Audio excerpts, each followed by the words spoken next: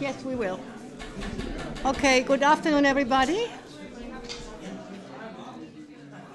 It's a pleasure for me to welcome you again. And we have now the very, very good opportunity to have experts on the same table. We will initiate a roundtable discussion on the issue heritage studies, of course. And I would really like a little bit to reflect on what we have heard in the keynote given by Bill Logan. You know that heritage studies is not a new paradigm, but it is a kind of new agenda which has to be developed. I think this is a very important issue. In the last week, we had discussions on based on diverse perceptions of heritage. We had discussions on different views of heritage. But we never defined what heritage is, and what heritage could be, and why we could use heritage studies to trying to understand the phenomenon of heritage, or the diversity of heritage, or heritage in the context of transformation processes. So this is a chance we have now to go into this subject and try to find out with the experts we have what heritage transformation processes might be, how the disciplines can be involved, how the epistemologies can be involved, and what are the methods we are using. So we have a huge issue here when we talk about heritage studies. Can heritage studies be combined with cultural studies, for example, or are they in opposite to post-colonial studies? You know, all these very broad issues. Try to understand societies and try to organize also theoretically how societies can be developed. I think that heritage studies can be used in a similar way, using and adapting another issue, and this issue is or might be heritage. So I think we have a chance now to develop and to discuss on our and your visions on what heritage is and what heritage might be. Before I give the floor to my colleagues here, I would like to present a little bit the people and the experts on the table. Left to me is Dagnija Baltina. She is, let me see, I have to pronounce it in the right way, Secretary General of the Latvian Commission for UNESCO in Latvia. Dagnija. Thanks for coming. She has graduated World Heritage Studies at Cottbus University, and we are very proud on that. She started working for the Latvian National Commission for UNESCO in 2002. And in 2008, she became its Secretary General. She also is Vice President of UNESCO's Executive Board. Anca is missing, sorry for that. Anca is a PhD student in Heritage Studies, and she was elected by the students as speaker for the students in Heritage Studies. She was also elected by the commission by academic commission of our university, you know, to manage and to interact with the scientists and with the students. So it is another very important issue. And finally, it has to be mentioned that she is the only one writing a PhD on the very challenging topic, which is on the one hand Memory of the World program, and on the other hand the Memory of the World program can be understood, you know, in a changing environment of technology. So it is a really challenging subject. Anca, welcome very much to this. Next to her is Professor Michael Turner. He has been introduced yesterday very briefly, so I have to repeat that. Michael Turner is teaching in the, I hope I pronounce it correct, Bezalel Academy. Is that correct? Bezalel Academy of Arts and Design, Jerusalem. He is holder of UNESCO Chair in Urban Design and Conservation Studies. In addition to writing numerous papers and articles, he is active in a research project, has participated in meetings of the Asian Academy of Sciences in the fields of cultural heritage and sustainable development. As chairman of the Israel World Heritage Committee, he was elected as a member of the UNESCO World Heritage Committee and served in 2007 and 2008 as vice chair. He has contributed to the formulation of many policy documents, site recommendations, and is a participant in expert meetings on historic urban landscapes. This is what I have mentioned, buffer zones and prehistory. Michael, welcome very much. I thank you very much for coming, and we are proud to have you here. Bill has been introduced. Okay, so thanks a lot again for coming. I would like to introduce also Klaus Zehbe. Klaus Zehbe is academic assistant in our chair, Heritage Studies. No, chair Intercultural Studies, sorry. Intercultural Studies. Klaus Zehbe was born in Berlin. He worked as an actor, this is exceptional, and drama tutor. He studied European theatre arts in London and in Tallinn. His interest in traditional theatre forms and theatre anthropology brought him to BTU Cottbus. In the context of World Heritage Studies program, he specialized in aspects of intangible cultural heritage. His research interests lie in the fields of theatre and educational anthropology, ethnography, and cultural theory. Klaus, welcome. Okay, after the introduction, I would like that everybody here on the podium give a short introduction to his understanding of heritage. You know, what we need to find out, and what I would like to discuss is, what is the understanding, what is our understanding of heritage studies? How can heritage studies be defined? I think this is an important issue. It has not been discussed, and it had not been presented.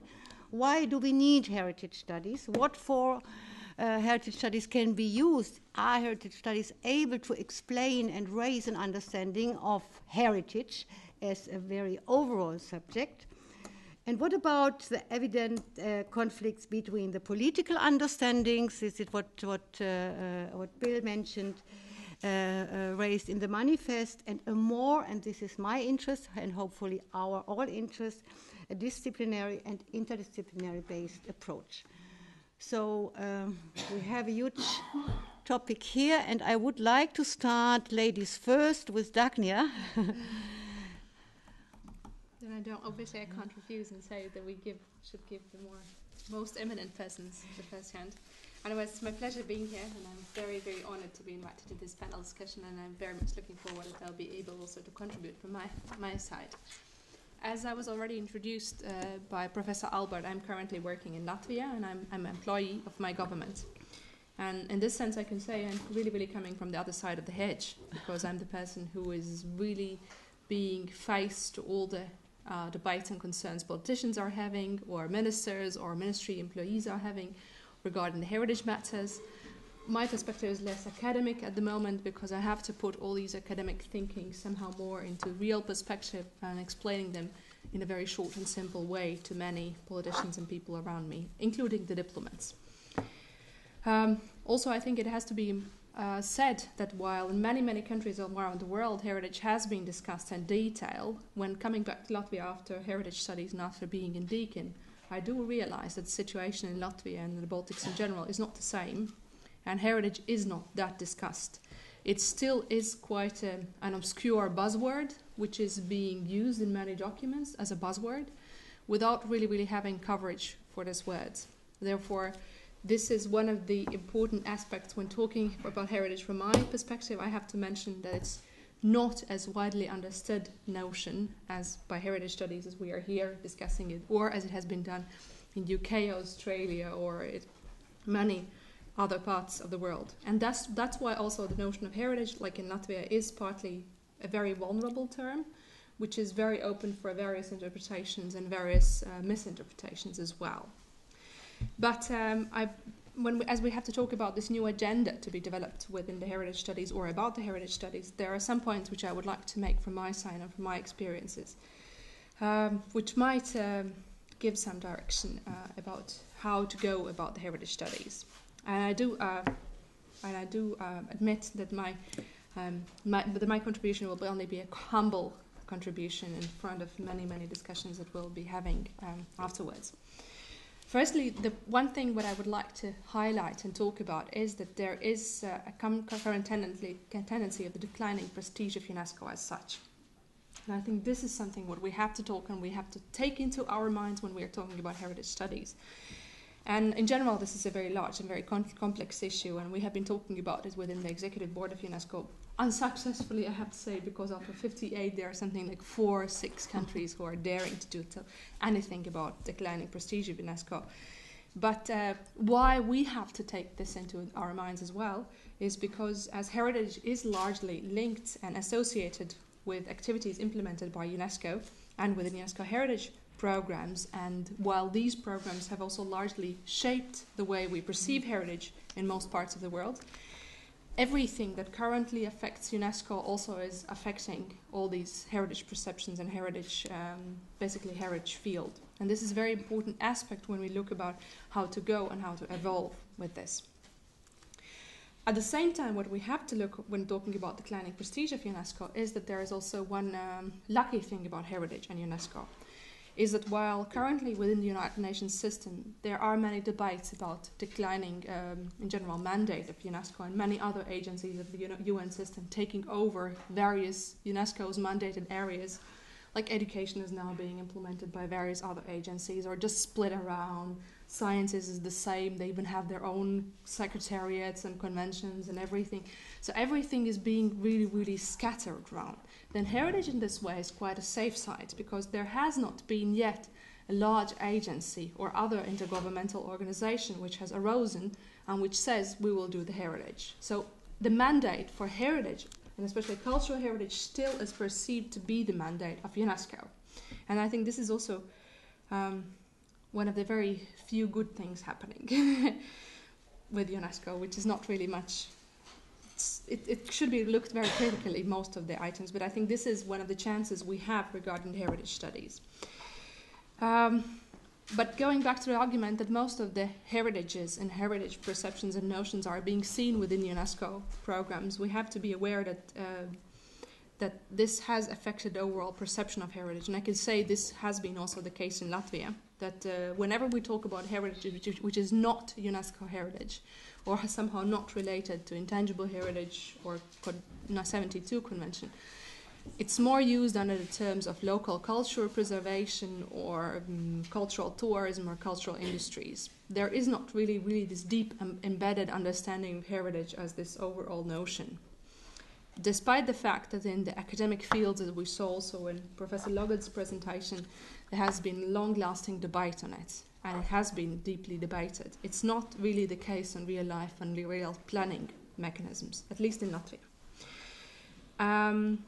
And also what I have to say is that finishing this point about UNESCO is that while UNESCO has been the biggest cultural policy maker and still is somehow believed as this one and only UN's agency which deals with culture and heritage, it has to be said that despite this acknowledgement towards this mandate, there is a declining and decreasing commitment of member states towards all their obligations within the UNESCO frameworks.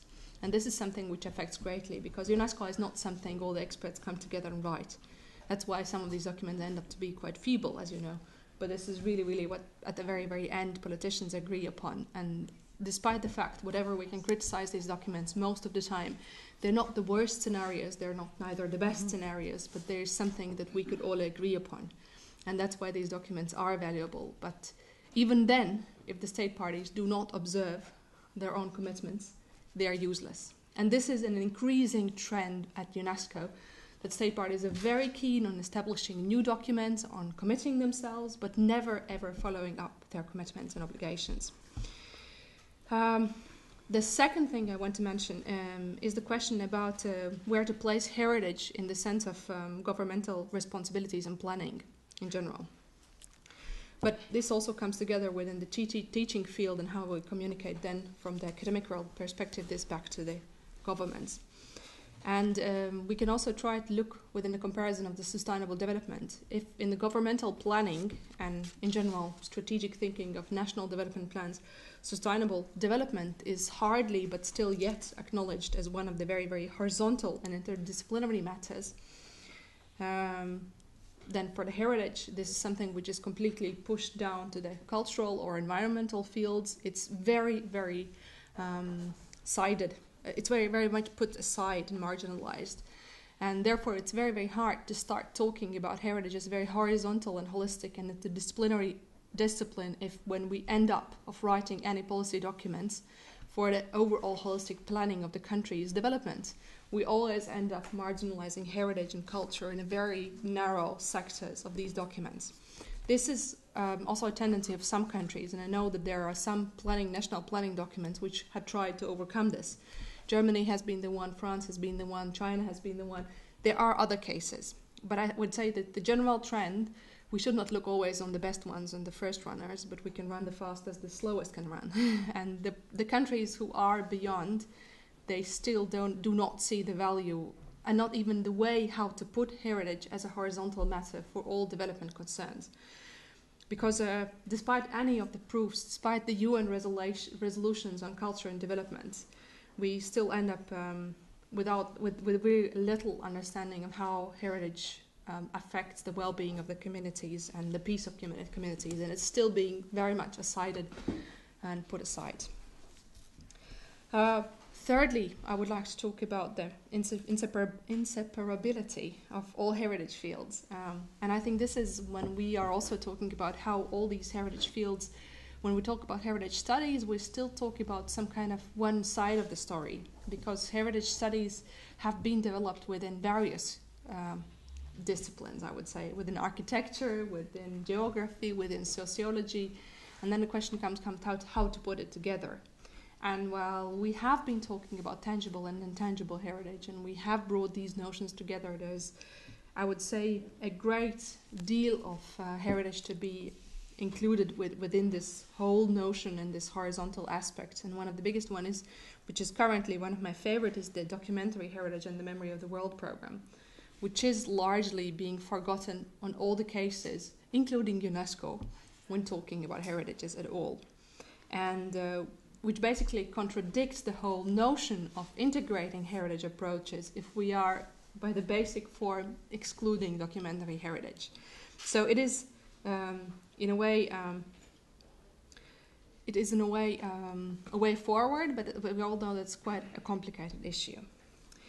The fourth point I would like to make is this notion, which I don't know whether you discussed it yesterday or no, but the other buzzword next to the authorized heritage discourses is the heritage industries, in a way that we have to talk about some kind of way that in the way about heritage thinking we have reached this glass ceiling, that we see that there is something beyond, we can't really grasp what exactly is it and where do we want to go, because the heritage industries are growing, people basically starting to act counterproductively because they make their living out of heritage, and they basically at the same time destroy. This goes about nomination files, about the whole World Heritage process, about heritage expertise, about many other things. The heritage game has become very complicated. And it is not really the latest tendency. We can talk about it since the last 2-3 decades, as far as I can trace it, but you might say it longer, maybe it's even longer. But here we do have to see how to really overcome this glass ceiling and how to go beyond these heritage industries, that they are not starting to basically destroy heritage and make people turn away from heritage values due to these interpretations. And despite the fact there is contradiction about who controls then the heritage, I do want to say that it's still, at least in Latvia, we still see a lot of control of very narrow groups of society defining heritage. And I think this is something, if we want to talk about holistic and integrative approaches to heritage, we have to go beyond these very professional sights towards and views towards heritage. And in Latvia, this is the case of architects, which basically consider that they are the only ones who can talk about heritage, which ends up that our heritage list basically sustains of only architectural monuments. And we can't go beyond because it's just impossible. Not even archaeology goes in. So it's really, really a complicated thing. And this is something that before going beyond this glass ceiling, we also have to deal with a lot of this legacy from the previous discussions. Just to come to the ways how to go on with this. Wait a minute, let's go. Next round, okay. Next round? Mm-hmm. Okay, then I will go with yeah. Okay, thank you. So, thank you very much, Dagnija. I think we should go to Anca with this issue on the Memory of the World program, because that was mentioned. It was not mentioned during the discussion we had here. So, Anca, I think you should a little bit also present, some ideas which have been developed, you have developed in your thesis, because I think I'm not aware, I'm not sure whether you know what this program, Memory of the World, is about. No. So yes. Here is the expert on that. I would also like to mention, from the point of view of students, because I believe that many students are confronted with this problem. What is heritage? We all come from different disciplines, and from my point of view, there must be a difference between cultural objects, cultural resources, and what we refer to as heritage. And otherwise, for me, okay, we have conservation, we have anthropology, we have so many different disciplines, yet what makes the field of heritage studies different from this one? It can't be just interdisciplinary approaches. So from my very personal perspective, UNESCO plays an important role here. Of course, UNESCO represents just one dimension of the story, but I like very much your concept of interdigenous, what you have mentioned. And from my point of view, and at least up to this point, the discussions about heritage incorporates this ethical dimension, which comes from UNESCO's legal instruments and from its overall mission of creating peace in the minds of men. Now, the fact that we should go beyond that and perhaps incorporate the concept of the commons, which represents the other side of the story coming from the communities, is something important. But from an analytical perspective, for me, to deal with the concept of heritage, which was much easier if I started my analysis from this UNESCO framework, its international system of heritage protection, whether the concepts we refer to are tangible, intangible, documentary, and so on. To that, I would also like to add the concept of digital heritage, the concept of audiovisual heritage, and also the concept of underwater heritage, because all these different concepts, from my point of view, they refer to different problems which the development, global developments have caused. Now, I think that the field of heritage studies and the holistic concept of heritage should also take into account these dimensions. Now, saying a few words about the concept of documentary heritage. Many people perhaps do not know about this concept because other UNESCO instruments for heritage are placed in the cultural sector, whereas the documentary heritage and the concept of digital heritage belongs to the communication and information sector of UNESCO. On the webpage of the German Commission for UNESCO, in fact, is the only one which incorporates the concept of documentary heritage under other heritage concepts. So I became very interested in this concept, specifically because it is so ignored. It is not a convention, it is a program, which makes it much more flexible. So the Memory of the World program has so many dimensions which still embody this overall ethical mission of UNESCO. And although there is a tendency to politicize the program, it is still very flexible. For instance, the International Advisory Committee, which is the peak body of the Memory of the World program, consists of experts. So they are appointed by the Director General in their personal capacity as experts, not as representative of states. Another issue that expresses its flexibility is the fact that individuals, so not nation states, can submit nominations to the Memory of the World program. The program also has a three-tier structure. It's not only at an international level, but also at the regional level and also at the national level. So I think that all these programs, it's not just about the conventions. One has thousands of recommendations, the declarations of UNESCO, which really cover everything from international exchange, and everything just based on these ethical dimensions have to be taken into account in the field of heritage studies. This is what I would say at this moment. Thank you very much, Anka. This was an interesting vision on the memory of the world program, because it was not, as I said before, it is not really part of the heritage, of the understanding of heritage in the heritage community. I would like to continue with Mike Turner. Maybe you can use what you presented yesterday again, this indigenous, because this was your conclusion yesterday, but it could be the starting point for today. What you'd said, in fact, we'd just spoken about it before, the importance of programs and not necessarily conventions. When we were drafting the historic urban landscape, in fact, one of the experts then said, we have to learn from Napoleon, the constitution should be short and vague. In other words, the importance of, it's not just simply memory of the world, there's also Man and Biosphere program is also a program, and then has a similar connections and similar parts.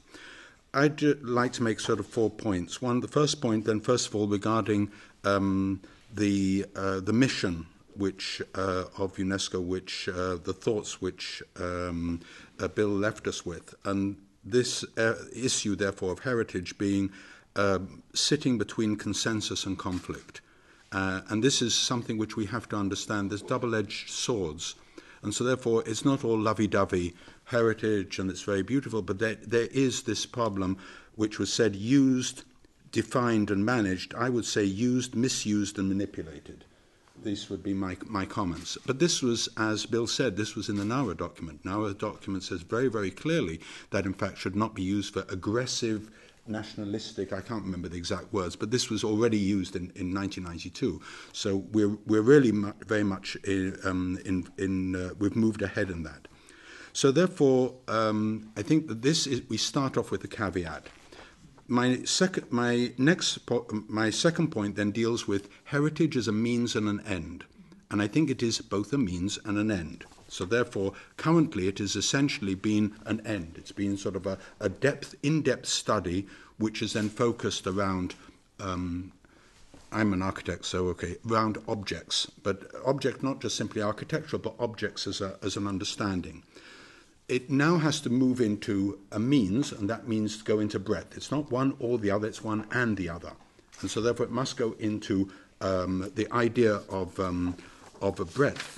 And then this then begins to understand between then pure research and applied research. And I come also from the field of applied research, and therefore we have to then understand from the research, which then goes within the object, to the end the understanding of the breadth, which looks at the process. Now, this is the critical part which we're looking at. So it's not just simply when we're looking at multidisciplinary or disciplines, it's participation. So it's multi-participatory. It is then trans-participatory. And therefore, the answer to it is therefore the NGOs, and it must come from bottom up. It can't be by a declaration or a manifesto from anywhere. It must come from the NGOs themselves. We must allow, therefore, the percussion instruments, the noise of the NGOs to be heard. So the next part which I would like to do is that which I believe in, is that the biggest change has been the city. The city is the big driver of our lives. And perhaps, again, I'm one-sided, but I believe that within the city we have this enormous driver, and therefore we have to then begin to understand through this then aspects of the research. So looking then at the breadth, I would say, therefore, as a means, therefore, heritage studies does not exist in any particular field. It exists everywhere. It should, therefore, be, in as much as cross-disciplinary, that people who are dealing with anthropology could take courses within heritage studies and not just simply seen itself within its own format. You mentioned that the memory of the world is in communication, but natural heritage is in science. So it's even more complex, the situation, if we wanted to look about World Heritage Convention from that aspect. So I would then say is that we then have to develop then different processes or the understanding of processes within what we're doing. It means, therefore, and I did mention general systems theory, we have to develop then theories which allow us then to have cross-disciplinary or interdisciplinary or multidisciplinary or transdisciplinary activities. But there are theories which cross through ideas, and these, therefore, must be the basis tenet of our understanding. The other thing which deals with methods, it deals with the idea of Delphi. In other words, how decision-making is taking place is something which is also very critical. Therefore, in public administration, in public policy making, is a part of the studies which are so critical.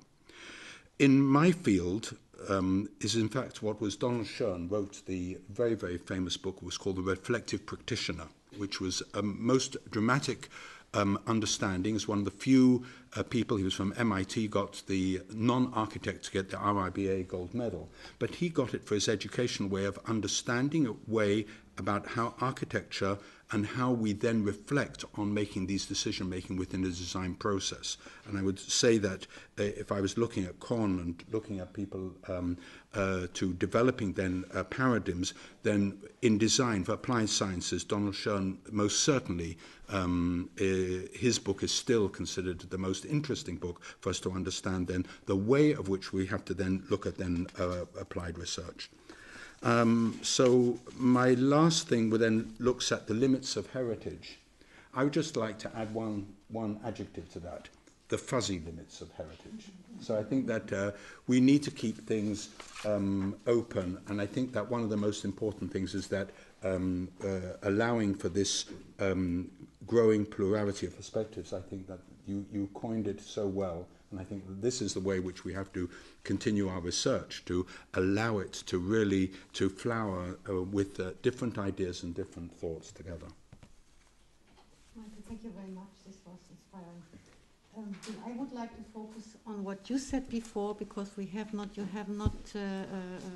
mentioned that, but not discussed it. You know, you talked about heritage rights and responsibilities, and I think this is a crucial issue. When we talk about heritage studies, how rights, responsibilities can be included and how this should be done, because I think, you know, we need to talk about responsibilities and rights. Maybe this, if you can focus a little bit on that issue. Okay, I think you've heard enough from me for one afternoon, actually, and the questions are very difficult. I know. Well, it depends what you're talking about, you know, which domain you're talking about. Mm-hmm. You know, if you're talking about how you might deal with that in an education system, as I think it should be in a heritage studies program, then it means that you've got to start talking about ethics and the philosophy behind it. Mm-hmm. On what basis are you doing this? Mm-hmm. You know, what's the basis on which you're interfering with people's rights to do what they want with their own property? You know, in a capitalist world, you know, like I come from, or the United States, and then, you know, this is a big argument. You know, how dare you limit my freedoms, and you know, so you need to address that in your course. I mean, in our program, we actually have a module dealing with, you know, how does the professional work in a neoliberal economic environment? What are the kinds of tools that they need?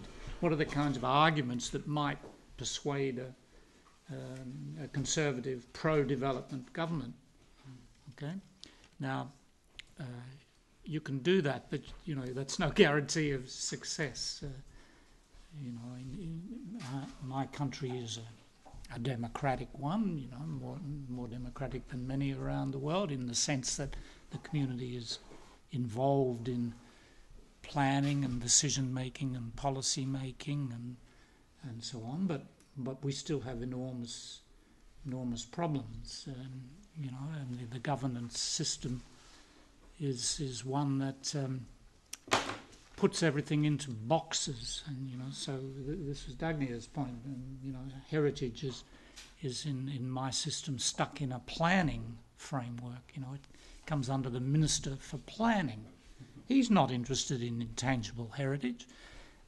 So the Heritage Council comes under the Planning Act. And I'm there, trying to push intangible heritage. And we had the minister came in and had a meeting with us one day, and I could see his eyes just glaze over. He wasn't interested in that at all. So how can you, deal with heritage holistically? It's difficult. In universities, it's difficult because we're put into faculty boxes. For my students, it was easier to send them to Dublin to do natural heritage than to send them to another faculty in my own university. So you've got, all this boxing up. We do need to try and address in programs the issues of human rights. We need to give the skills. We need to give more skills to students in how you actually run focus groups. How do you talk with communities? Not talk to them, but talk with them. How do you listen to people? How do you do cultural mapping? These sorts of techniques. So that we're not all the time top down. We need to introduce students to the UN Declaration on Human Rights. We need to talk about what the UN Forum on the Permanent Forum on Indigenous Issues is doing. In Australia, the legislation has always dealt with Indigenous heritage under separate acts from the non-Indigenous. We're trying to put this back together, but it's difficult. In our courses, we have to do it. In my university, we have an institute, a Koori Institution. It deals with the Indigenous heritage. They don't like us talking about the Indigenous. We've somehow got to bring this all together. Okay, now human rights is one sort of area that allows you to bring all this back together. The other side, of course, is the cosmopolitanism view that you have all these rights, but alongside that come all sorts of responsibilities. And, this is one of the important limits, I guess, on the way we might operate in the way we might teach. It's not all about protecting. It's not all about giving the rights back. It's not all about nations boasting about their own heritage. It's the other side. It's the responsibility to listen to what other people think in your neighbouring countries, and that dialogue part. So there are a whole lot of issues of responsibility that come with it. But how responsibility or how ethics can be taught if universities are cutting programs, are cutting modules, are cutting all these issues which are related to the understanding of the human being, are related to heritage studies. This is a situation we are suffering worldwide, not only in Cottbus. I think it is the same in your university. So what can we do? Is there something which can be done, or do we have to come back to what Laura Jane said? We have to be more political. We have to be more active in political questions. Well, yes, you do, but I don't think you do it in that kind of language. Okay. I think you've got to learn how to talk with people and use the kind of language that they will be happy with. Convince them. Yeah, you've got to convince them all the time. Okay. Yeah, thank you. We come to the question of the dialogue with universities, dialogue within heritage studies, dialogue within different communities. And here we come in with, of course, intercultural dialogue or intercultural communication. And I would like to give the floor to Klaus Zehbe, to present his vision on heritage studies from the point of view of intercultural. Thank you. Actually, thank you for having me here. And the question is, how do I start? And perhaps I better should start how I am here as a person and through what I do. So I do actually teach heritage studies, theory of culture, intercultural communication. And coming from a certain disciplinary perspective in humanities, in the social sciences, in the performing arts, that very much informs my understanding of what I'm doing, and also a particular German perspective. And in a certain way, I do miss certain other language voices on this panel. We all talk English. And so, I mean, like, I'm actively also drawing on my personal experience in Germany and being a German, being able to read German theory. So this is what I'm here and what I do in a certain way. And having said that I have a certain affinity towards approaches, particularly anthropology and ethnography. Of course, one of the state-of-the-art terms at the moment is the authorized heritage discourse to discuss certain issues about heritage. And as I understand it, and as I read Laura Jane's critique of the authorized heritage discourse, it is a certain discourse of an epistemic community, meaning a community of experts which have a specialist knowledge which is relevant to state actors for passing decisions. And these people can really, on various levels, they don't necessarily have to sit in UNESCO, but they can be on the conservation boards of cities and so on. However, they have been privileged so far, and I understand, and this is how I'm building on your presentation, it is a particular way of thinking about that type of heritage. And using the sociological theory of knowledge of Ludwig Fleck, who has been actually a microbiologist, a Polish microbiologist, who published his book in 1935, which has very much informed Thomas Kuhn in his development of the notion of paradigm. He says we should understand that kind of thinking as a particular style of thought. So it is actually a style of thought, like an architectural style, which got certain forms, which is actually expressed by a certain community of people, which is in constant exchange through publications and combined efforts on certain issues. And if you follow that argument through, you come to a very close conclusion that the notion of heritage is constantly evolving and transforming. And actually drawing and taking a significant cue from this authorized heritage discourse myself, I regard heritage as a social process, because that's my personal perspective. I mean, like, and therefore it is enriched by my perspective, but at the same time it is limited. And I have to acknowledge that heritage is actually a relationship of people, and that heritage offers people to enter into relationships with each other on the UNESCO level, on the local level, and it is something what creates community in the terms of Max Weber, famous German sociologist. It creates Vergemeinschaftung, a communal bond on emotional connectedness through heritage, and it also creates Vergesellschaftung, sociality, meaning a rational choice of balancing different interests. And somehow heritage is able to do that. However, if I think that notion further, that heritage is essentially a process and relational, I come to the conclusion that it is different things for different people. And maybe the biggest mistake, and maybe that's why if I have to talk about heritage, maybe I would like to talk about heritages, which is ungrammatical. I have to then say, like, maybe there is actually heritages. But if I actually really follow that through, then maybe there is no such thing as heritage. And this is the conclusion which Laura Jane Smith offers as one of the first sentences. She says, there is really no such thing as heritage.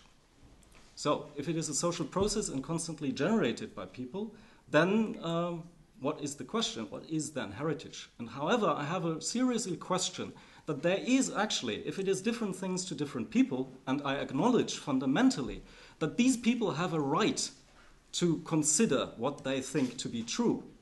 It is, heritage therefore exists on various levels for different people, and it is all relevant and pertinent. They have a right to think so. However, what is problematic to say maybe, and this is how I try to conceptualize it, it is perhaps an open number of intersecting processes which could be identified at one point, that you could locate an issue at that point. However, the problem is that people tend to talk about an object or a thing or a practice which is actually integrating all these things. And perhaps one of the fundamental misunderstandings is not that people don't acknowledge that there is a right of different people to actually think like that. And therefore, that is an ethical implication for me, that we need actually some kind of intercultural communication process. And this is, I think, like what could be a Cottbus contribution to the issue, is that people actually sit down on the table, like we do, with different perspectives, and talk to each other about these issues and identify the pertinent points. At the same time, having said that, as an academic program, it is also able, hopefully, to specifically locate these issues and at the same time allow people to locate themselves on which dimension, on which level of heritage they want to actually operate. And then, having located themselves in actually using that metaphor of the reflective practitioner, to actually then acquire the necessary skills in order to bring the issue forward. And therefore, I do understand heritage as an essentially open thing. I question that there could be something like heritage maybe. However, I consider it relevant that people are entering into that discussion process. And there is something there, but it implicates us as people. So it actually points the finger at us. Why do we want to do that? Why is it relevant to us? And what would we like to proceed? And there's an interesting quote I actually took from Russell Stive in the Sharing Our Heritage program on the conference 2008 in Valencia. And he said, he is usually starting his classes by saying, like, if your house is burning, what do you rescue? And that is actually the personal implication, which is transforming that personal connectedness, Vergemeinschaftung, into something else, which is then maybe that ethical combination of passing something on to posterity. And that is actually something then, what is of relevance, what is useful. And if I think about my daughter, I mean, like, I can only pass two things. Either they are valuable for her, or the things she wants to keep because of her own or my personal attachment. So I think, like, it's actually a twofold thing in that respect. Heritages, if I need to talk about it. And in that respect, it is also something which is Bildung. It is a constant process of transformation yourself and discovery, and therefore maybe the concept of heritage shouldn't be closed at that point, but it should be rather thought as an open discussion thing. And Klaus, if it's so easy, if it's so easy that we say, okay, heritage, as you said, I quote you, heritage is a relationship of people. We all know that this relationship is always based on conflicts. So if we need only intercultural communication, why we need heritage studies then? This answer to the question to all the others. You know, if we can focus on intercultural communication or on intercultural dialogue, we have that dialogue. We all know that this dialogue has to be developed for a common or for creating a kind of understanding, of mutual understanding. So if it is so easy, why we do need heritage studies then? Then we can say, okay, we have this intercultural dialogue, let's go on with that. Michael.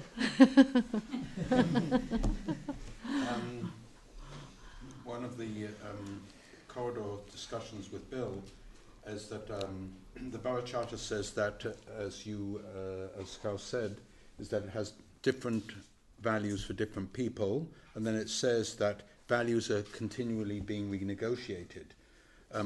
Well, that questions, is there such a thing as universal value? In other words, it almost negates it. Or we can say, well, there are certain universal values, but in addition there are other values. So that might be a way out. The Borough Charter also, strangely enough, again, we just got to, first of all, read our text, speaks about heritage and conflict as well. In Hebrew, we have the word conflict, which is, in Hebrew, it is imut, which is also amit, which is a friend. In other words, same things. In other words, conflict which has a positive aspect. A friend is not somebody who says, that's great, it's really, you're fine. No, a friend says there's something wrong and we should be doing something about it. So I think that conflict is not necessarily something, it is a manageable thing. It has a certain way of which it needs to be done with. and I must admit that I share very much what you said about that, the social process, but heritage becomes then a moving target. I think what we really need to do when we're talking about different groups of people, and that's why I mentioned general systems theory by von Bertalanffy, is then we really need to have groups of people. The NGOs, I always make the comparison to the percussion instruments of in the orchestra, but we all must share the same music sheet, so therefore we must know what it is. And one of the things is to talking with people. The NGOs are really interested to know how to be best effective. Now, in other words, that this is the way of which we talk with people, and therefore we get them more awareness. I think we have to be very different between teaching of techniques and skills, which in itself needs its own research, which links to the capacity building, which is different in addition to then the aspects of research which we need to do both on the object and, for me, most importantly, that of the process. So, yes, I see this as an open-ended idea. I see, therefore, the importance which I think has also been underscored about the process. But if what is so, we do need to then generate an Esperanto. Yeah, thank you. Or Rosetta Stone, as I said. Dagnija, we talked about the different theorists and or practitioners and or politicians. You mentioned that in your introduction. You know, I would like to know whether you see a chance that they find or they are able to define what heritage studies for all of them might be, or you know, whether or how they could contribute to a common understanding of heritage studies. So in which different interests, the political interest and or the theoretical interest and or the practical interest can be integrated, and that we have the chance. You know, I do not see at the moment that UNESCO on the one hand and those who are involved in the theoretical discourse on the other hand, you know, that they come together. They have different discourses, and based on these different discourses they have, you know, they live their lives in their different communities. As politician, as scientist, as practitioner, you know, you represent all of these dimensions and categories here. Do you see a chance that we can overcome that? Just giving a comment, I think there will be one kind of society which will not change. That's firstly going to be diplomats. I'm sorry to say, but most likely they're not going to change their strategy. So, and this basically leads us to the way that we have to change our strategies. Scientific parts and academicians must change their strategies. And then this will also affect the politicians, because the politicians most likely are not also going to change the strategies. They don't have the time, they don't have the interest. Similarly, as you said, sitting in the planning department, they are simply not listening, which means that this is not the way how to convey these messages to them. Which basically means that it leaves us, as to the academicians, that we have to change the strategy. And to change the strategy, and I think this is also getting out of our own box, and this is a bit of this self-satisfactory box of us coming together and reaffirming how great we are and how great we have developed these heritage studies, and getting a little bit beyond this self-satisfaction phase that we have accomplished so much. Because in reality, if we look and if we try to measure whether our theories are affecting the well-being of the people, most of the time I will say, well, we can interpret it that way, but it would be very hard to prove, very hard to measure. So basically, it's also the task of the academicians to go out for the communities, to talk with the politicals, to talk with the diplomats, and to basically to influence it. But at the same time, I would say, and I would like to support the idea by Professor Turner yesterday that the World Heritage Convention basically is, I would say, a faulty end. Currently, it's a dead end convention. But in this sense, it gives us a space, because the convention is collapsing, and this gives the space for the heritage studies to emerge in a very, I would say, informative level, also for the politicians, for the diplomats, for local regional planners, and for even some governmental officials, because they're not even political officials, they're also simple, normal governmental employees who are working and making these decisions. And often this is just a case of communication. And I think there has been a lack and misconduct of communication, because even if we look on this manifesto, to whom it has been addressed, the heritage experts have come together, and among themselves they have made a big, beautiful manifesto which nobody ever will hear about outside their own small world. What is the use of these documents? And I think this was the brilliant idea of UNESCO in 1945, which is, by the way, put in the convention, that it is upon the member states to put these ideas in practice. It is a very clever idea. It's a very wise thinking. The problem is that the member states have forgotten this. They simply haven't read the constitution once again. And this is how it all comes together. But I think that as the World Heritage Convention currently is declining, this is a super cool opportunity for the academicians, basically, to shift it and to broaden it up and to go beyond their own limits. Mm-hmm. Thank you. Bill. Can I just add to that? I think you're absolutely right. Except I would say that, it's often the planners are glazed-eyed. It's often because they feel intimidated. Yeah. It's often they feel they don't have the right skills, and for so long, heritage was run by the architects who have their own language, and and you get a group of town planners who come along who feel very nervous about using that language and feel that they, are they able to make the decisions. So this is another role, I think, for universities and for heritage studies, is to get out there. Not always expect that the town planners will come in and do your 3-year course or whatever, but to get out and run short courses and, day-long seminars and things like that, to get the message across, to build up their skills and their confidence, and to work with the NGOs. We've got an NGO called the National Trust. It's really extraordinarily powerful, and it's realised that they have to get into the National Trust people who are wealthy and propertied and so on, because these are the people who talk with the politicians, and so there's a kind of deliberate approach that I think is effective. But the role of the university then is to communicate, is to help build up those networks and help to support the NGOs. And I see heritage really as a form of cultural politics, really. The whole issue of politics and governance and all that interests me, but apart from interesting me, I think it is really important. You can't understand what's going on unless you see the political context in which you're working. But why you think that this should be, or that in this activity universities should be involved? We have this very creative system of having different levels of education in our societies. We have a system of university education. We have these different systems of education in schools.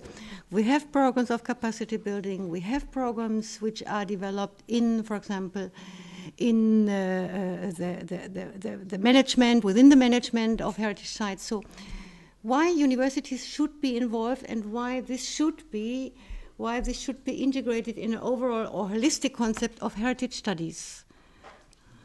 Michael? Yeah, just one. I think that political science is also a field of research. Yes. And so therefore, again, then brings us together. So whether it is international relations or political science, I don't really know whether, in fact, people are doing research in political science have actually sort of thought out and brought out the issues of heritage. We need to be there.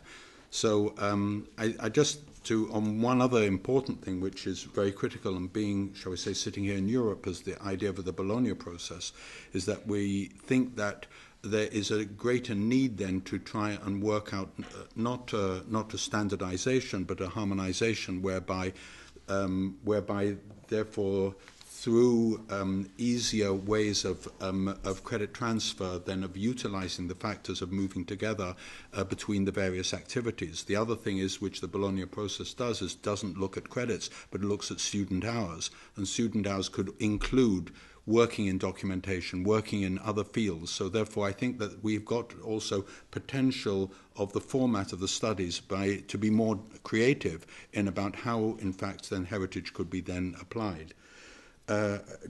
Just to make one further point, regarding then the process and the paradigm shift, whether there was or whether there wasn't, I do think that the historic urban landscape, the idea of the city, and whether it was because of Vienna and Cologne, which then generated triggered the whole thing off.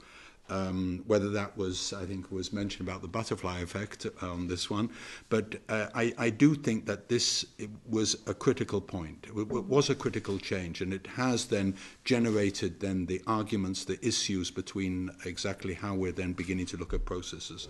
And the city is the way of which we're looking at it. And next year it'll be something else. I'm not saying it must only be, it's open-ended. It will evolve. Yeah. Klaus. I'd like to actually comment and shift that level to argument to a different level, because I think like the urban landscape makes certain phenomena observable in a very condensed space, and also generates these phenomena by themselves, and therefore pushing that on the university level. The university is actually a place where it combines certain different areas of expertise. It is actually a cluster in that respect. So it does actually make accessible different perspectives, different disciplinary perspectives on a very short distance in a certain way. And therefore universities seem particularly suited to claim that area of expertise, because it also has the critical mass and the critical knowledge required for these processes. Therefore, universities are a major player, because they actually also combine research on these new phenomena, and also they make it accessible in new forms of training, ideally. And therefore, I think like the universities do have a quite critical role in this whole process by moderating or reacting to these processes, which could step into a critical breach at the moment in the UNESCO's own processes. Just a very small comment, because I think in general UNESCO, there is a lot of debates about what's happening within the education field, because currently more and more we talk that the 21st education doesn't really correspond to the educational needs of the 21st century, doesn't correspond anymore what the general education system contains of. And this is a major problem, a major shift. And if we look on the educational pillars of education for the 21st century, which is all the educational levels, including lifelong learning, then goes learning to know, learning to do, learning to live together, and learning to know, learning to do, learning to live together, and the fourth one is learning to learn, or how to learn, or how we learn.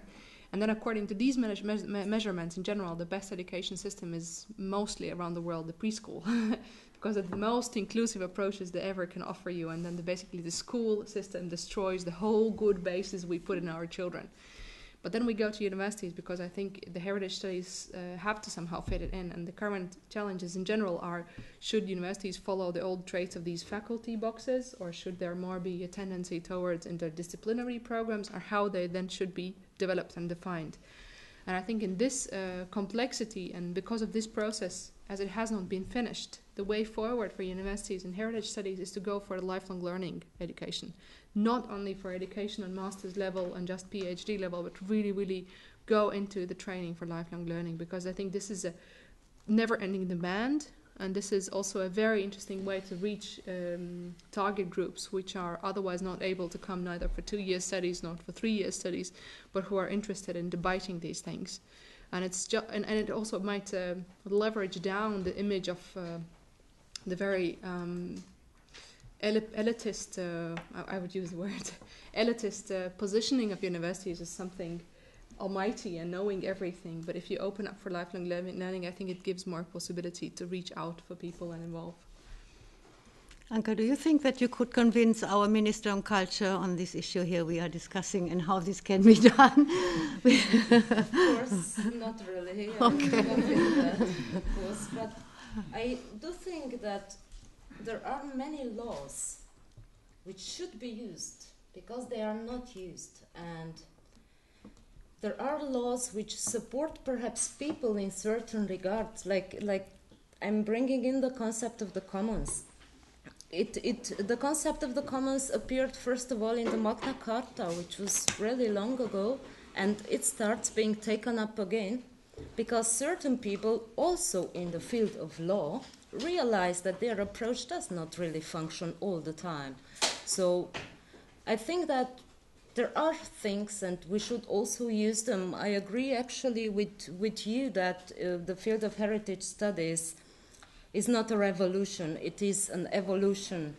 But the question is, okay, it emerged because there are some gaps. So I think our task is to define how heritage studies differs from what exists and what gaps it fills.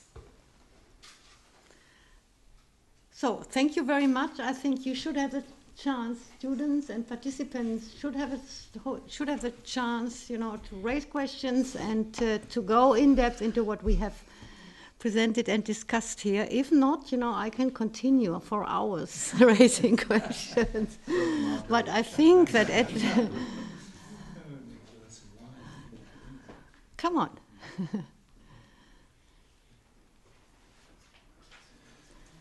Isn't there simply a lack of means? I mean, we can go on talking about policies, about university strategies, about, questions of societal impact or whatever, forever, really. But isn't the basic thing that there's an enormous lack of means? Right? I'm interested in intentional heritage.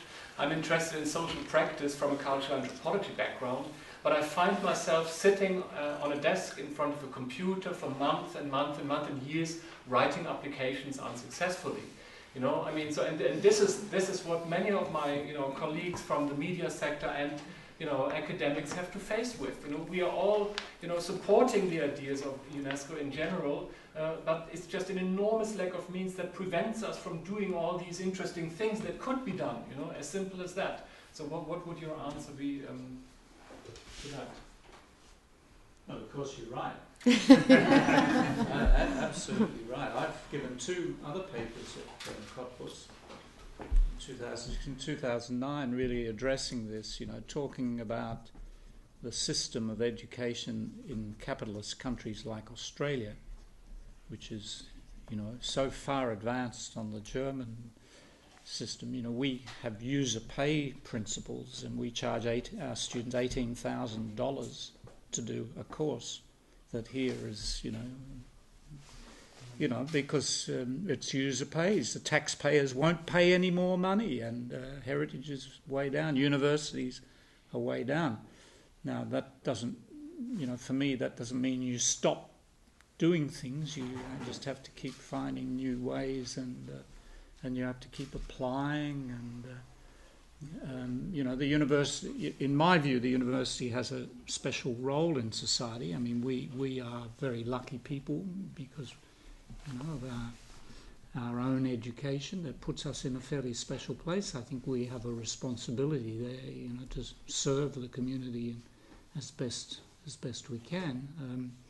Now, a lot of people, don't see universities like that. I mean, in my own university, we have vice-chancellors or rectors or whatever you call them here, who certainly don't see helping UNESCO as anything to do with the mission of the university.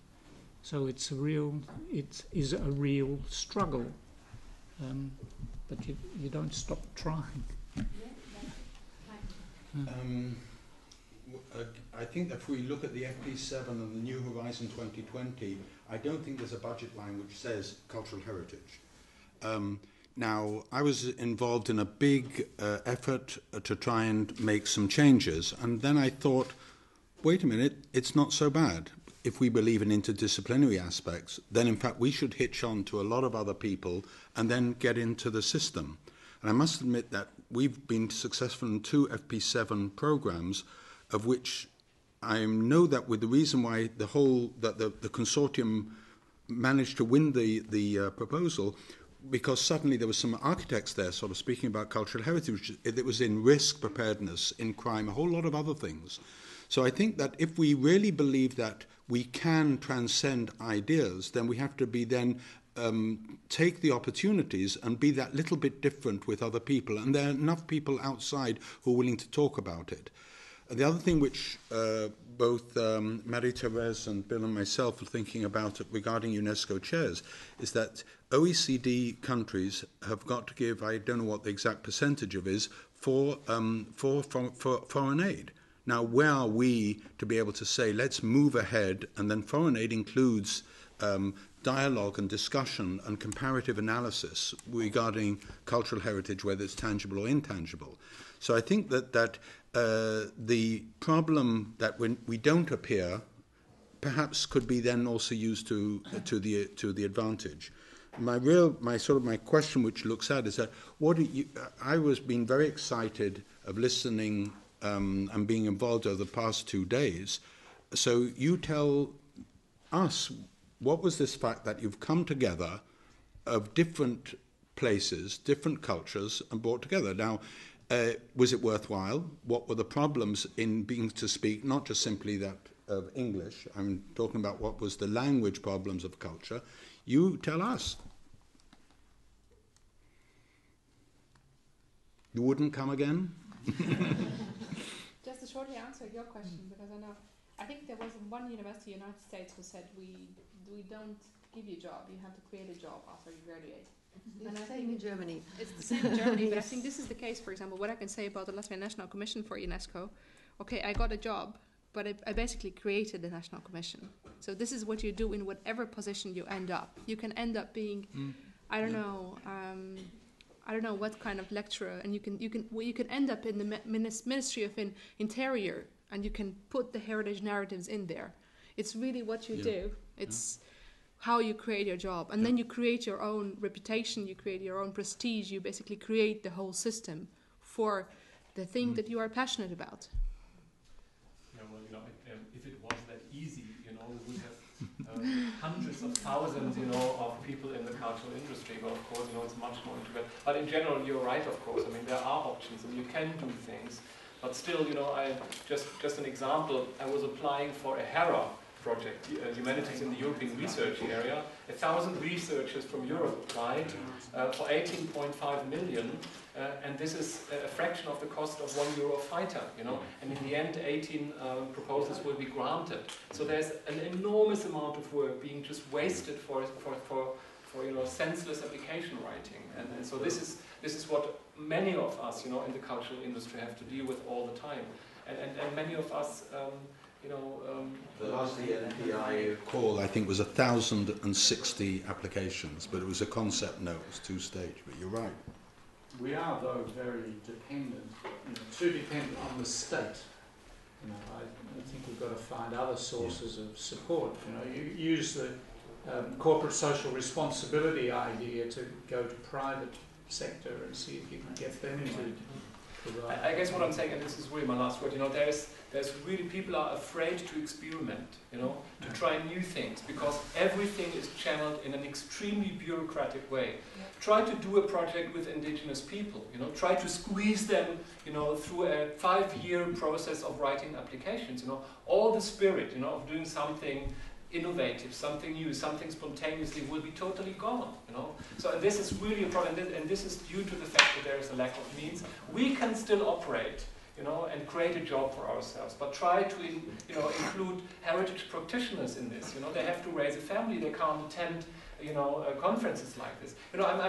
I'm part of the system too, and I like it, and I can deal with it, But I'm just saying, outside, that there are circumstances that prevent things from happening because there's an incredible lack of means, and people are afraid to experiment, to try new things. So that's. But could this? I think this issue could be included into the concept, the overall concept of heritage studies. This is a political dimension, and this political dimension has to be addressed. Otherwise, we are still in these different communities. We have the communities which is part of the official heritage discourse, and then we have another community which is outside. And I think if we want to go further, we need to include these discussions on this issue. But, and here the Bologna procedure comes in, then we have Bologna, and then we have, we need 5 modules, and for this question there is no place anymore. here we have to change something also in the system, and the system, I find, is what makes it difficult to understand, what heritage is, and to go further with the idea and issue on heritage studies. I have the last. Do you have, Anna, or is there anybody else with another question? Yes. A little question you asked us. I was thinking in that terms and of what my learnings was from last 2 weeks. I'll put it in the other question I had also. Is as a student coming from a particular background and field where we've just been always focusing narrowly, let's say I'm an architect, so I'm focusing on that aspect. But this summer academy helps us to take a step back and kind of break boundaries and learn. And many of us have realized we're kind of scared of entering the other zones or even asking questions to other professors from other fields. And yes, of course, I would love to come back to kind of then read and come back and kind of then that's how. So I think this has been kind of a platform where we can kind of slowly take steps towards the other fields. But then again, what I've learned from everyone coming here from different fields is we might be students or we might be practitioners, but most of us, I see them as activists. Yeah. And that's sort of my kind of approach is, what is my role as an expert, maybe in research, academics, or practitioner? Should I always be an activist? Or, because as soon as you're an activist, you tend to be biased in one way. So I don't know if you have thoughts on that. You're always biased, I mean. Yes. I just had a comment on his. I got the same problem. I'm totally not an activist. I'm just yeah. So my general question is, why do we need to preserve heritage? And that's my question. And I think by framing heritage studies, we have to ask two questions. First, why do we have to preserve heritage? And second, how do we preserve heritage? Unless we have, solved or fully discussed the first question, there's some potential dangers if we just move directly to the second question. So that's just my comment on his. Yeah, I totally agree with what he talked about. And I fully agree with what Professor Logan has just discussed about world heritage. It's not for, nationalism, but for different cultures to understand different culture, right? I'm a Chinese. By looking at world heritage, I can understand maybe Japanese and American. And I had a comment on this that we have that's cultural dialogue, and we have also social dialogue, which is discussed in this program that the upper class has to understand the lower class, and they have to be active. And the third dimension I need to add here is that academic dialogue, which I've been witnessing throughout the whole program, that even within the academia, we don't even understand across disciplines, and that's our own problem. I think before we talk about how to help people, get cultural dialogues with different cultures and how to get different classes get together, we really need to think about how ourselves have to understand each other within academia. So that's just my comment. It's not really a question, but I think we really need to raise it up. Yeah. Anca. I think what you're saying is very important, because we do talk about UNESCO's interests and the interests of the communities, but we forget that we are ourselves stakeholders in this whole issue, and what's our personal agenda in this whole story. And I mean, heritage is just a metaphor. I mean, I found something very interesting of an intangible heritage practitioner saying, because there's things which are very difficult to explain in words. And there is actually no words for it. However, I mean, in a situation, you can show and refer to a specific point, and then you have a shared understanding. And therefore, heritage is a metaphor, which is partial understanding from each side. However, I mean, there is an understanding generated, which is not a complete understanding, but it's a metaphor, which highlights actually communication process over certain issues. And I think this is a key dimension for me. But I mean, actually, I'm part of the ivory tower side, and I affirm that, I mean, that perspective is relevant as well as any other person's perspective. And However, I think like there has to be a willingness of exchanging ideas and actually affirming that there is a human relationship. And I mean, like in my personal reference to the Gothenburg Manifesto, this is what I'm trying to consciously do. I'm trying to draw on my own perspective, and I'm trying to look at what other people can offer. And in that respect, I find, for example, Japanese philosophy very interesting of Tetsuro Watsuji, which basically says that every understanding of human people can only appear through relationships. Because, I mean, like, this is what leaves the tangible expression on the world in whatever form. And therefore, we have to take care of these relationships. And therefore, what he proposes is that communication processes and human society is essentially based on ethical assumptions. And this is, for me, linking it back to UNESCO, which is actually confirming that there is certain ethical principles how people should deal with each other. And that is only possible through affirming that there are relationships of people. And how these are, I cannot say. I mean, like, I would have really problems of finding a methodology, and I think like only through qualitative research I could maybe try to find out what that might be. However, that is a call and also a responsibility, and I think that is quite an important agenda, that ethical commitment has also a responsibility on either side. And that is difficult to do, and possibly coming at it through another German sociologist, maybe it is only possible on a micro level, because then the participants in that exchange actually can control what is that relationship. As soon as it comes to a different level, I find that considerably difficult to achieve.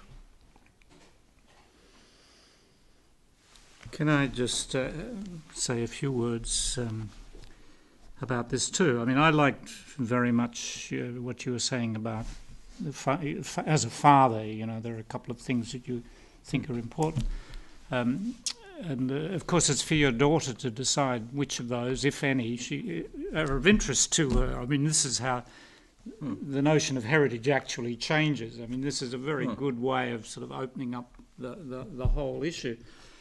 It is about having some kind of feeling that there are things that you think are important that the future generation might be also interested in. And they may not, but of course, you know, you don't know that, so the best thing is to try and keep as much as you can, so they've got a range of things to choose from. But I think, you know, most of us in the heritage profession have that same kind of gut feeling that, you know, there is something there that's worthy. But I don't think you should be worried that you don't have clear answers to these questions. I mean, you know, there isn't an answer, and, you know, I guess that's why it's a good subject for universities. I mean, because it has so many dimensions and can be seen from so many different ways. And where else could you do that but in a university? Right? I think that really the actual formulation of the question is quite enough. Because, as Bill was saying, that the answers will say, why do we need to preserve? In different cultures will be completely different answers. And so therefore, and it's not relevant. The answer is completely irrelevant to the issue.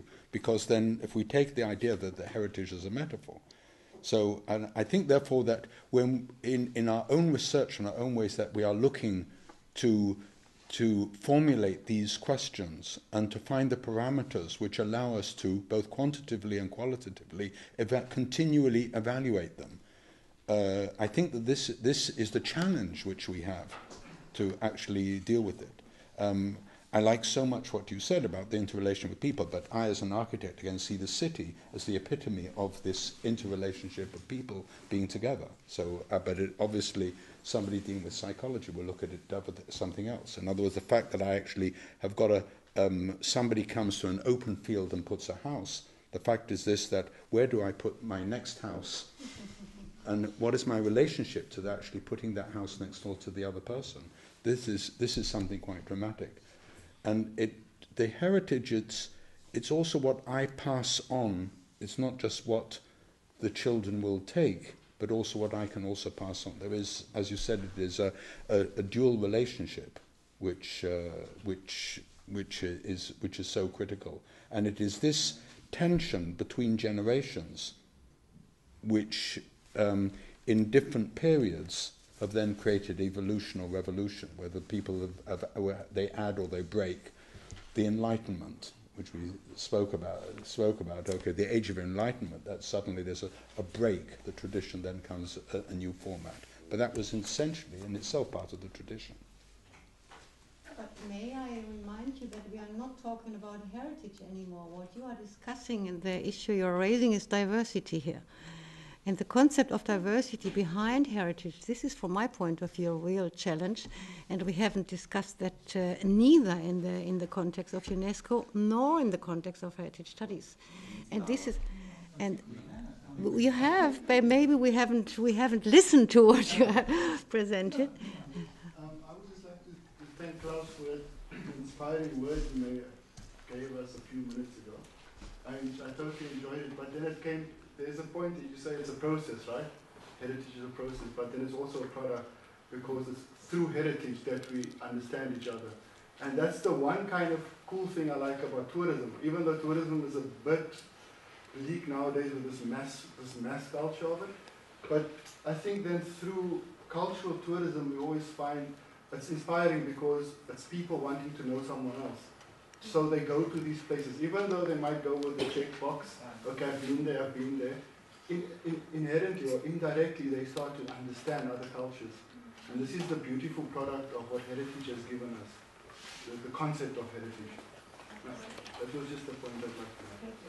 Mariana? Yes, I would like to comment on first of all, to thank you for all the speakers, and to answer Professor Turner's appeal, and also to comment on the relation between the different disciplines and this question of what we pass on and what is heritage. For example, in my field, archaeology, we're dealing with these emergency archaeology issues now. People building dams and archaeologists hurrying up and just trying to save everything and then putting it in a storage place where no one knows about it, no one sees the reports, and the question is, why are we doing this?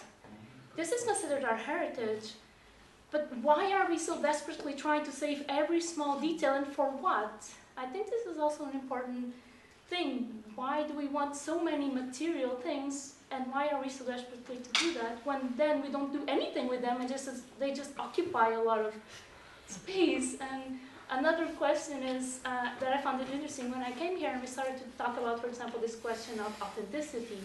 It's something that in archaeology we are doing that. There have been many dialogues about these questions of authenticity and what is heritage. The thing is, I don't think people are communicating what they have reached. So archaeologists are talking between themselves, but it stays there. And architects are talking between themselves, and it stays there. But we are talking about the same things, and sometimes we're reaching the same ideas, but without knowing that others have also reached this. And so these are the two things I would like to say. Thank you. Anca, yes, Mike. First of all, I think Bill said that there was, like town planners had a little bit nervousness because the architects had taken over. And I think that what we're trying to do here is to give people confidence within their own fields to be able to talk at eye level within the things. There's room for people to talk about that.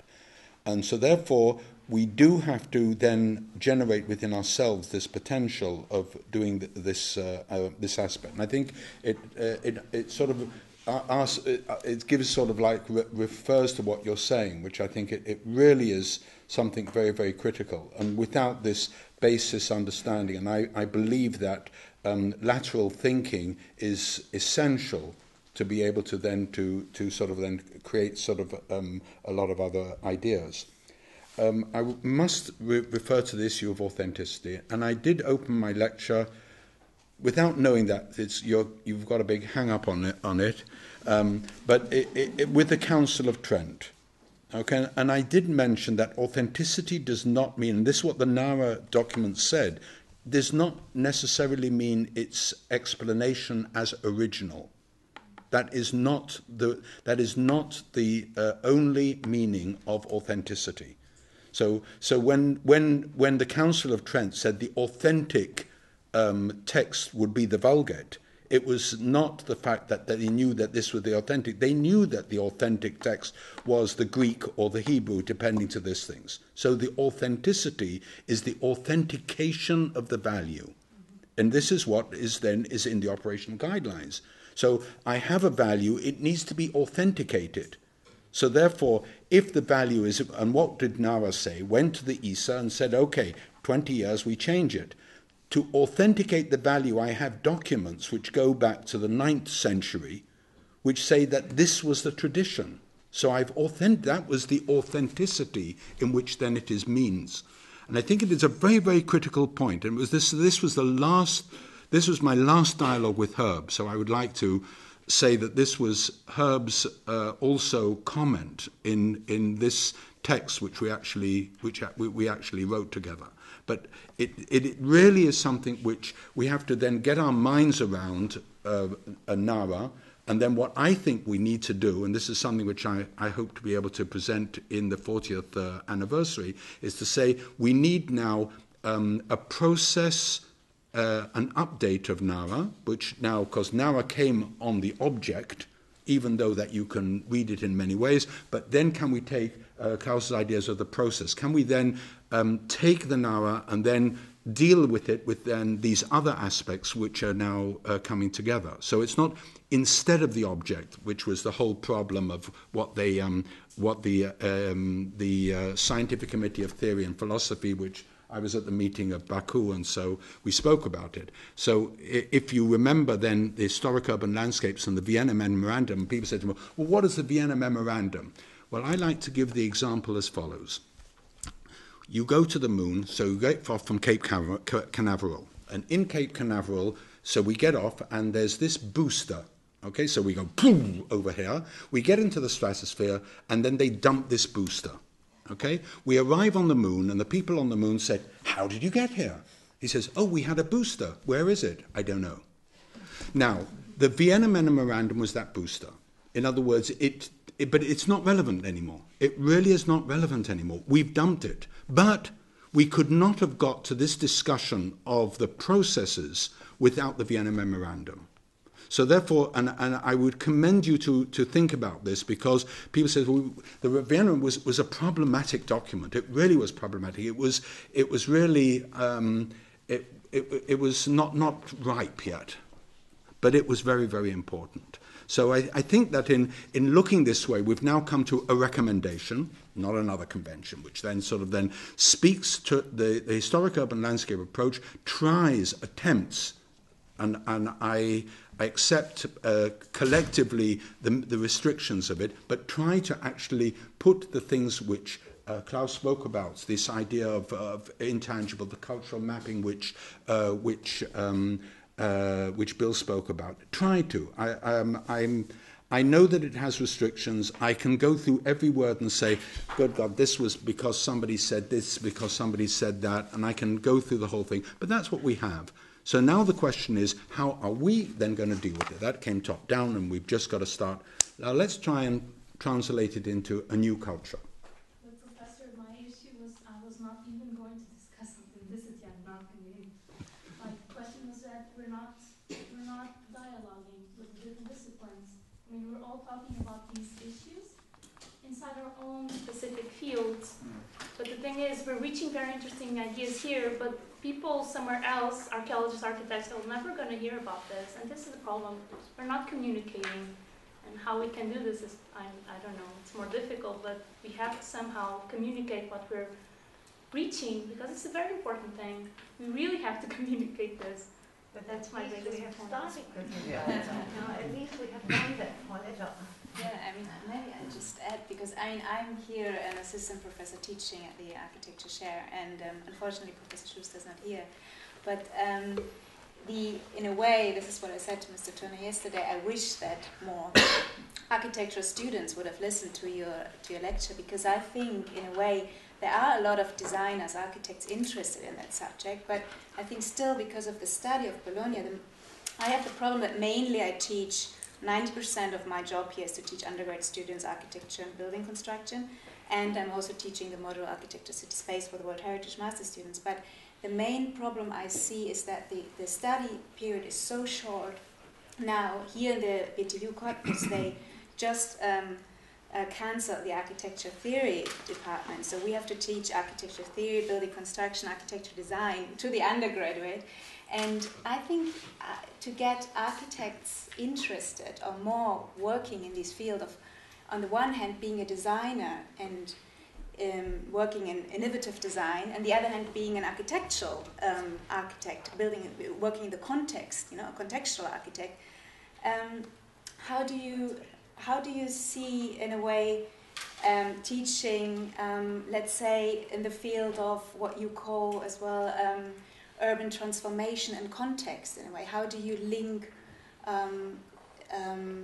teaching architects with the knowledge of the cultural context together with new innovative ideas of green technology? In a way, I think there is a link that you kind of have to open up, and on the one hand have to learn how to work as an architect, understand the context of the on the other hand, you have to be, there's so much knowledge and technology, which even through my, I don't know, work experience as 6 years, like I said, as an architect before I came to teach, I just feel I haven't even learned enough to apply that knowledge. So that's a question to Michael. To you, Mr. Jones. I think Gideon wrote in his book about what would be the best way of teaching history. And we tend to go to the first year, we do prehistory, second year we do Egyptians or these things, and then third year, by the time we get to the fifth year, we're doing the modern movement. In the studio, the first year, the studio lecturer says, well, what about Frank Lloyd Wright? He says, well, we're only up to the pyramids. Now, Gideon says we have to study history from now backwards. In other words, our understanding is not to go to some sort of point in the prehistory and work this way, is to start from now and then work back. Now, this in itself is quite an amazing idea. First of all, it's quite of interest for us architects, okay, about the relationship of history and studio. But nevertheless, I'm thinking about heritage, about the way then we understand the thread by which people learn. We should be doing less courses. I think that's the way which we have to do it, not more courses. And by doing less courses, we'll learn more. A good answer to Bologna too. Because we all struggle with Bologna, mainly here in Cottbus. You know, it is really rigid, a rigid program. We can be very creative with it can Bologna. Be, but it is not normally here. It is not definitely not. Anca, you wanted to. Yeah, because you mentioned there are so many things. How do you only manage to look at them? And I think what Dagnija has mentioned with regard to lifelong learning is very important. Because we need to develop new ways of learning. If you take digital technologies, there are psychological studies which show that due to the hyperlinking which exists in it, a certain part of the brain is activated which is responsible with decision making, and that does not allow you to be analytical as you would be normally. So I think that a new concept of education is at the same time emerging with these things, and this would be important to teaching the skills to learn. I really enjoyed, I really appreciate what Professor Turner mentioned about the meaning of authenticity. It's about values. First, I think there may be a tendency among heritage professionals to be working like historians or archivists, and to just collect information about values from different angles. Like you're just maybe like what Marian was saying, we're just storing up information, but what we do with it. I mean, I think ultimately we have to struggle and think about what are the values that are most important to us. Because if you are just objective or cold distance observers of history, what may happen to be something like what is happening in Singapore, for example. Singapore has just opened this fabulous garden by the bay next to its casino resort, collecting plant species from all over the world. And I can imagine them projecting to the future and saying, in 100 years' time, maybe this will be World Heritage. And meantime, what we're doing is we are going to build a highway through the biggest Chinese cemetery in the world outside China, interestingly in tropical rainforest setting. So what is the message we are really sending in this case? We are destroying nature and saying we can recreate nature, and that will go down in history. So I think ultimately we have to reflect on what we are really doing with heritage. When we think about the things, what we are storing in say the basement of the museum, why do we store them? I think it's the same question we ask ourselves when we have an old house left by our grandparents and say, wow, they are not here anymore, so what do we do with this object? You know, I don't relate to this object, so I can just throw them and I can sell the house and earn a profit, and you know, there's money. I think the question is, what's the question? So I think the question, sorry, it's not a question, but I comment.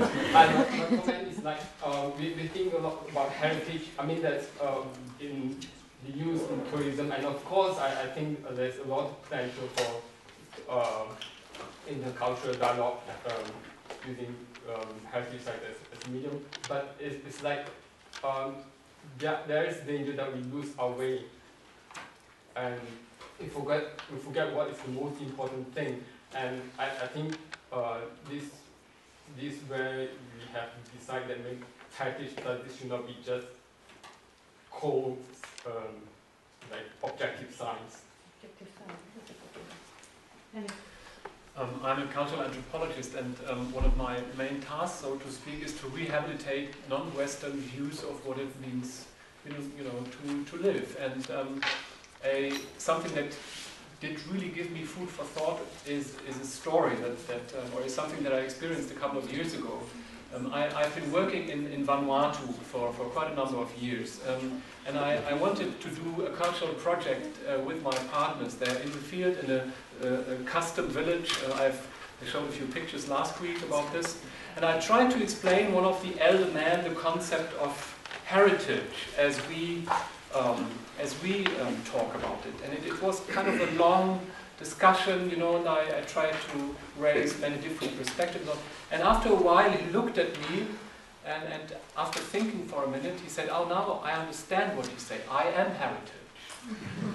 and this was an elderly man, and he did undergo, quite a few ordeals. There are 27 different steps that you can climb in society.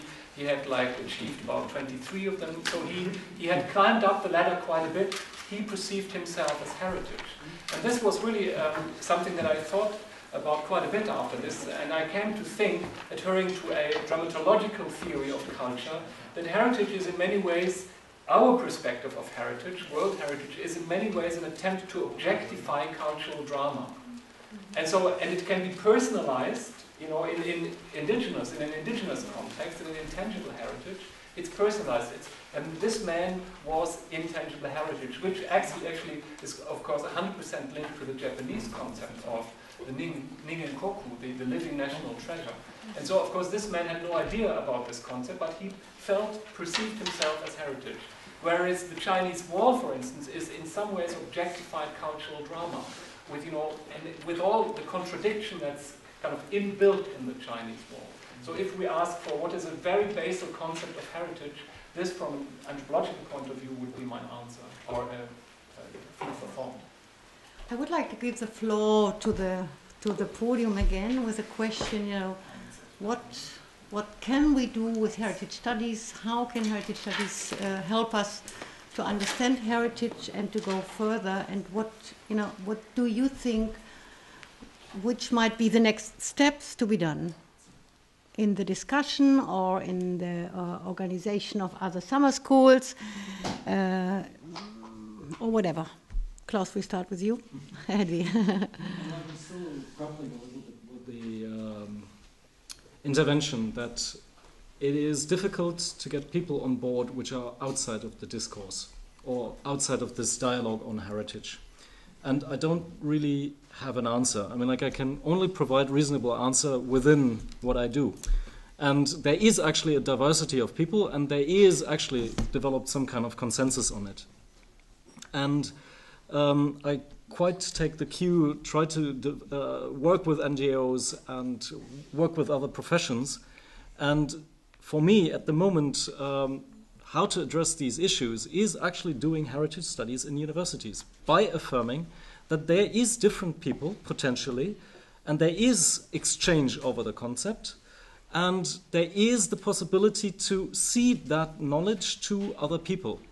And how far that is going to be effective, I cannot actually predict in a certain way. And I find that really rather difficult to imagine how I would do these things, but I mean, like, certain points, like lifelong learning, are important. I mean, in Cottbus. In Cottbus. Okay. I mean, like, first of all, keep this program. I mean, like, this is, I mean, like, in Cottbus, keep this program. Because, I mean, like, at the moment, we have an issue with the central government of Brandenburg. And we have to address that, you know, with all the power we have here. This is a very important point. Thank you. Bill? Well, I think what you're doing is very good, and I hope you win whatever this battle is to keep it going. I think you've got to communicate. We all have to communicate more effectively. You know, we've got to set up our networks. You know, we've got to work with the NGOs. We have to say clearly, you know, what the advantages are to society in keeping the heritage. You know, you've got to find answers to convince the right-wing politicians who are only interested in developing things. You know, so you've got to be very, very political. I think you have to try and bring the disciplines together. I think you need to make it clear to the archaeologists here. Yes. Oh, I better be careful then. You've got to make it clear to the various disciplines that you are the people. I mean, this is where you talk about heritage, you know. The archaeologists tend to think they can do it all themselves, and you know, and there's a kind of heritage industry out there, you know, of people, not just archaeologists, but I have some problems with archaeologists on our Heritage Council who want to do things for their own interest. Okay, they're terribly enthusiastic and, you know, good-hearted and all that, but, you know, if you ask the community, they couldn't give a damn really for a lot of this stuff.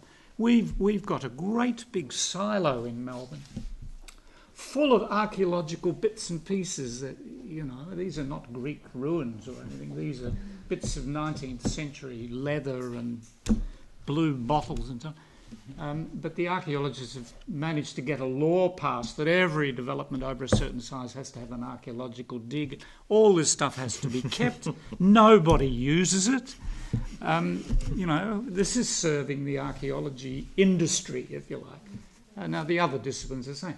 So I think you need to get them in here and you know, get them to understand that there is a heritage field. This is different from archaeology, and this is different from history, and you know, you just keep plugging away and communicating and being political, and networking, and all those things.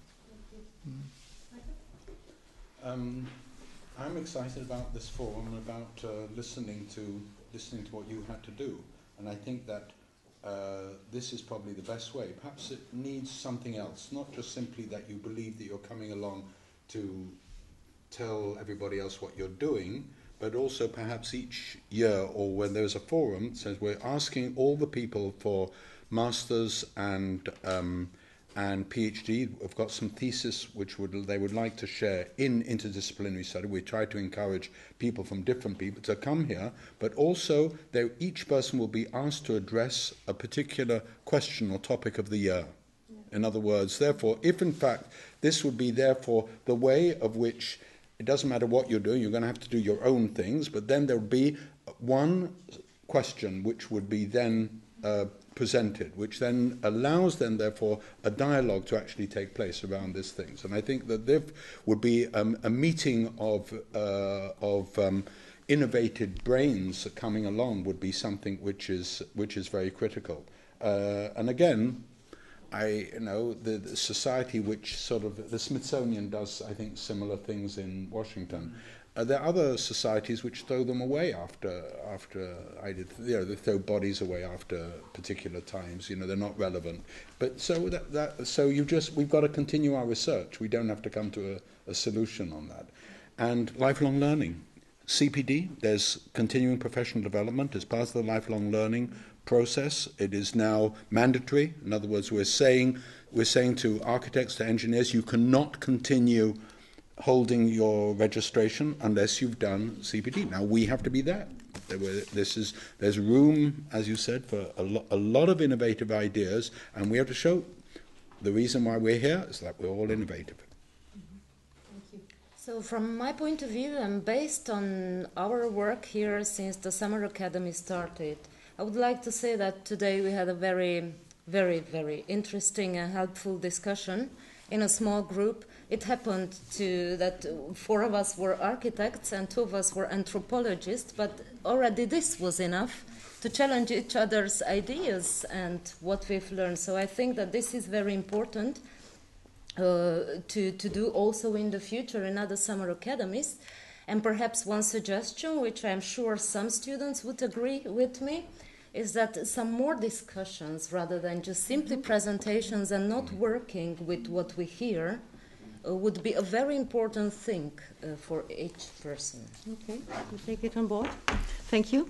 And also, just answering this question, I think it's very important that we bring away from Cottbus that wherever we get the chance later on to teach, whatever study programs it is in architecture or archaeology or art history, I think it's very important that we still bring this idea of heritage studies within our lectures and our studies, because we don't have to recreate what we have here in Cottbus.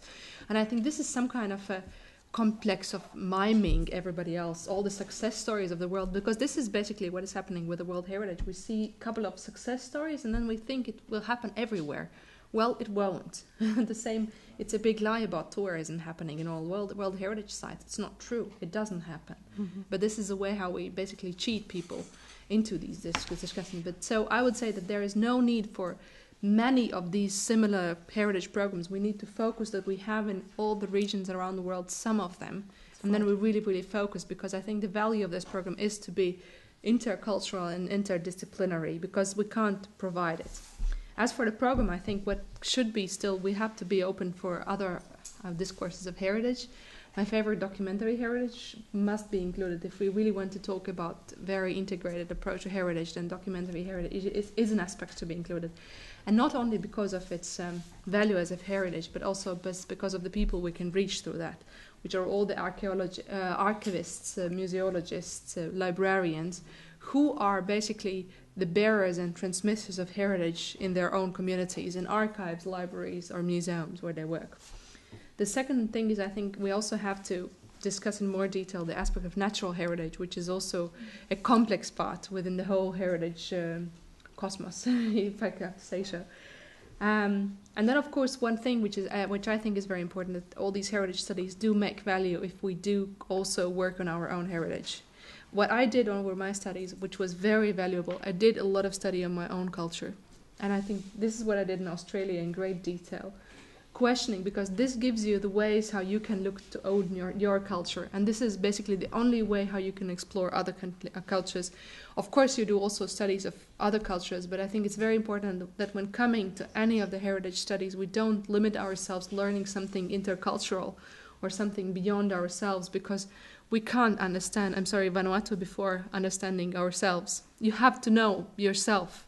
Some of us learn as by parents, or it's very different. But you can't just go and pretend that you can now study Vanuatu without completely having knowledge of your own culture. But that's maybe I'm wrong, but it's just my impression. And then just the last thing I think it's important to say is that where doesn't heritage contribute? And I think this is something which we were discussing last week. We had a discussion on national level about heritage and development and how to include and integrate heritage in national development plan.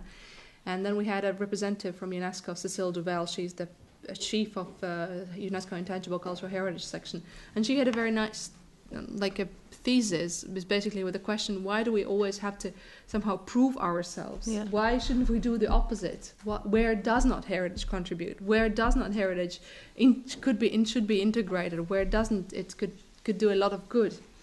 And this basically brings us back to the complex question about ourselves. Why do we always want to be present in all the situations? Why don't we allow archaeologists to dig? Why do we want to do this? This is also about this question: why can't we share this thing in a very way if you really, really believe in it? Or why don't we let architects do the way they want to do it? Of course, it's a matter of education, of how each one of these parties do, because I do, as you have problems with archaeologists, I have with architects. I know the pain, but I think it's also the part of complexity and complexion of what are we compensating? Why do we want to preserve everything? Why do we want to be present everywhere? What is wrong with us? And then the last point, I think the very important thing is alumni thing and the follow-up to these kind of events, either heritage courses or summer schools or conferences, both within individual networking and also with publications and exchange of information. And I think this is crucial, just to open up and just to spread information, because maybe some of us will come back to many of these presentations maybe in a month or two, not immediately now, but they will give us a new thinking and new thought. Thank you. You see, the overall topic of heritage of this summer academy is heritage transformation processes and human development. I think we have done the first step. We have 3 more days and we will go on. Thank you very much for this very, very interesting